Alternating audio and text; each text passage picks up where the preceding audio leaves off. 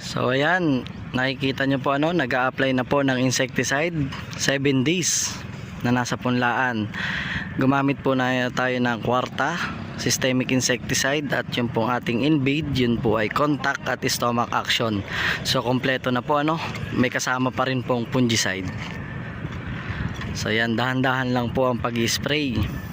Napakahalaga po na mag-spray tayo ng ganito yung edad ng palay para hindi na madala yung mga insekto kapag i-transplant po natin yan. Kasi yung mga stem borer, kapag po ganyan yung edad, inaatake na po yan. Tapos pag nilipat, madadala po nila yon. So ito po yung pinakamadaling paraan para mag-apply ng insecticide, fungicide.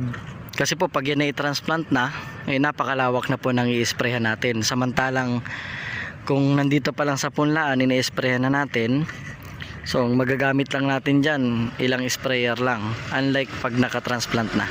Pero syempre kahit nakatransplant, gagamitan pa rin po natin yan ng insecticide. Ito po ay as preventive na.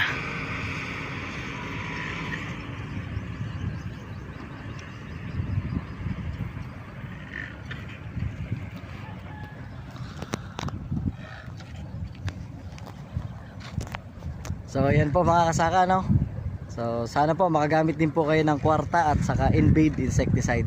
Salamat po sa panonood.